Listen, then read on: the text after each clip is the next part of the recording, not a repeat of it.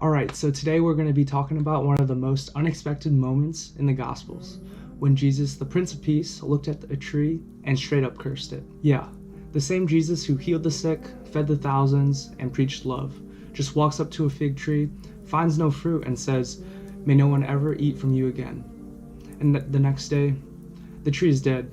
So what's up with that? Mark 11, chapter 11, verses 12 through 14 says, "On the next day, when they had left Bethany, he became hungry. Seeing at a distance a fig tree and leaf, he went to see if perhaps he would find anything on it.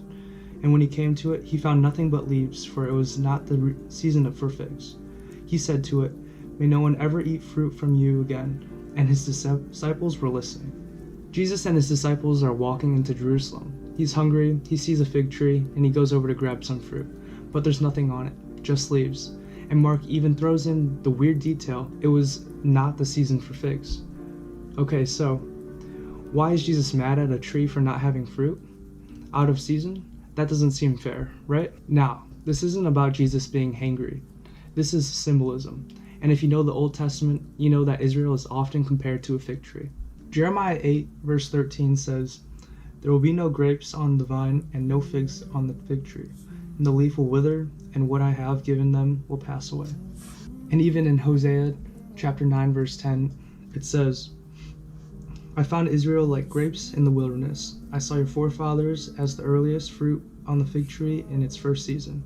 But they came to Baal-peor and devoted themselves to shame, and they became as detestable as that which they loved." Now going back to Mark, the fig tree looked healthy, it had leaves, it gave the impression that it should have fruit, but when Jesus got closer, there was nothing there, and that was the real problem. This happened right before Jesus entered the temple and flipped tables, calling out religious leaders for looking holy on the outside but being corrupt on the inside. The fig tree was a perfect example of that, and honestly, this is a warning for all of us. It's easy to look that part. Go to church, say the right things, check the right boxes, but Jesus isn't looking for people who just appear spiritual. He's looking for real fruit, love, faith, obedience, and transformation. Even in Matthew chapter 7, verses 16 through 20, it explains them knowing by their fruits. "You will know them by their fruits. Grapes are not gathered from thorn bushes, nor figs from thistles, are they?